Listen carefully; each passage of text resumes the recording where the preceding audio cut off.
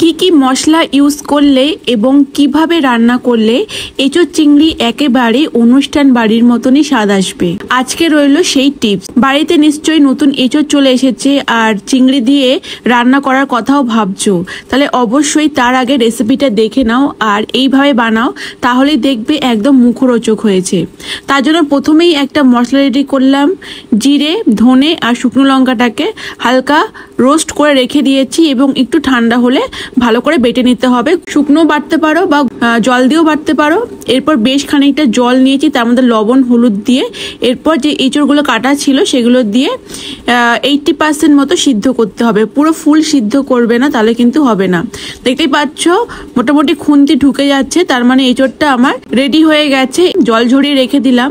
কড়াই সর্ষের তেল গরম করে এর মধ্যে ডুমো করে কেটে রাখা আলু দিয়েছি। আলুর সাইজটা দেখতেই পাচ্ছ, এরকম সাইজ দেওয়ারই চেষ্টা করবে, কারণ এঁচড়ের সাইজটাও সেম এইরকমই। তাই তো আলুটাকে বেশ লাল লাল করে ভাজা হয়ে গেলে এরপর জল ঝরিয়ে রাখা এঁচড়গুলো তেলের মধ্যে হালকা করে ফ্রাই করে নিচ্ছি।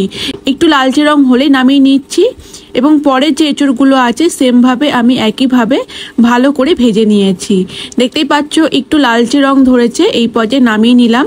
আর এখানে চিংড়ি মাছ ইউজ করেছি। চিংড়ি মাছটার খোসা ছাড়িয়ে নিয়েছি, লবণ হলুদ মাখিয়ে রেখেছিলাম এবং সর্ষের তেলে বেশ কড়া করে ভেজে নিচ্ছি। দেখতেই পাচ্ছ বেশ কড়া করে ভাজা হয়ে গেছে। এরপর তেল থেকে নামিয়ে রাখছি। কড়াই আরেকটু সর্ষের তেল অ্যাড করে তার মধ্যে প্রথমে থেতো করা গোটা গরম মশলা দিলাম। চাইলে তোমরা এখানে তেজপাতা দিতে পারো, তেজপাতাটা আমি দেওয়া হয়নি।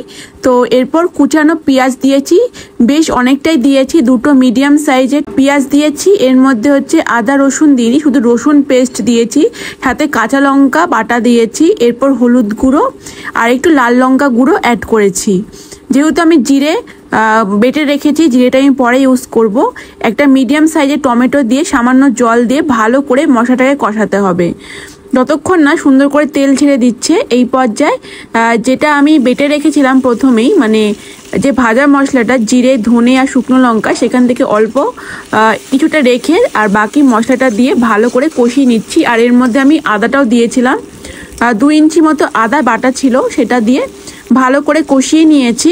আর এরপর কষানোটা হয়ে গেলে, মানে মশলা থেকে তেল ছেড়ে দিলে আলু আর এঁচড়টা দিয়ে স্বাদ মতো লবণ দিয়ে ভালো করে কষাতে হবে ততক্ষণ না সুন্দর করে সমস্তটাই মিশে যাচ্ছে। দেখতেই পাচ্ছ আমার মোটামুটি মশলার সাথে এঁচড় আর আলুটা মেশানো হয়ে গেছে। এই পর্যায়ে তোমরা কিন্তু জল ইউজ করবে না, এইভাবে ঢেকে রেখে দেবে যতক্ষণ না আলু আর এঁচড়টা একটু নরম হয়ে যাচ্ছে আর মশলার সাথে ভালো করে মিশে যাচ্ছে। 2-3 মিনিট আমি ঢেকে রেখেছিলাম মিডিয়াম বা লো হিট করে। তো মোটামুটি হয়ে যাওয়ার পর এখানে আবার চিংড়ি মাছ দিয়ে আরেকটু কষিয়ে নিচ্ছি। কষানো হয়ে গেলে এখানে গরম জল দিয়েছি। যতটা তোমরা জল মানে ঝোলটা খেতে চাও সেই পরিমাণ দিতে পারো। আমি এখানে সেমি গ্রেভি রেখেছি, খুব বেশি পাতলা করে নিই আবার খুব বেশি গাঢ়ও না, কারণ আলু আছে। আলু এবং এঁচড় দুটোই কিন্তু ভীষণ পরিমাণে জল টানে।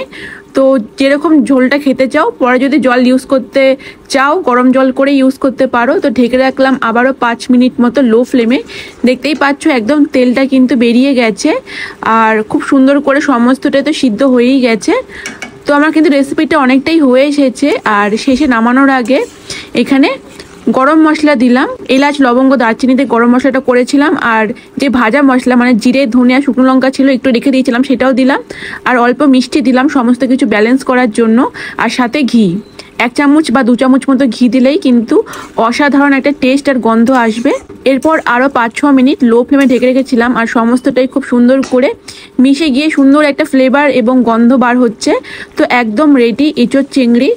বাড়িতে গরমা গরম দুপুরবেলায় এইরকম এঁচোড় চিংড়ি থাকলে, রবিবার বল বা ছুটির দিন, মাছ মাংস কিন্তু লাগে না, এত টেস্টি হয়। আর এই সময় তো এঁচোড় তো সুন্দর হয় এবং খুবই নরম হয়। আর এই নতুন এঁচোড়গুলো দিয়ে ঝটপট এই রান্নাটা অবশ্যই করো। আর যে পদ্ধতি দেখালাম অবশ্যই সেইভাবে করো। এঁচোড় চিংড়ি মানে সুস্বাদু হতে বাধ্য, অনুষ্ঠান বাড়ির থেকেও সুন্দর হবে খেতে। তো আশা করছি তোমাদের এই রেসিপিটা ভালো লেগেছে। এইরকম রেসিপি দেখতে হলে আমার পেজটিকে এখনই ফলো করে নিও। ইউটিউবের বন্ধুরা যারা দেখছো সাবস্ক্রাইব করো। এই ভিডিওটা ভালো লাগলে লাইক শেয়ার করো আর কমেন্ট করো তোমাদের কেমন লাগলো। চলো দেখা হবে নেক্সট উইক অন্য কোনো রান্নার সাথে বা ব্লগের সাথে। আজকের মতো টাটা।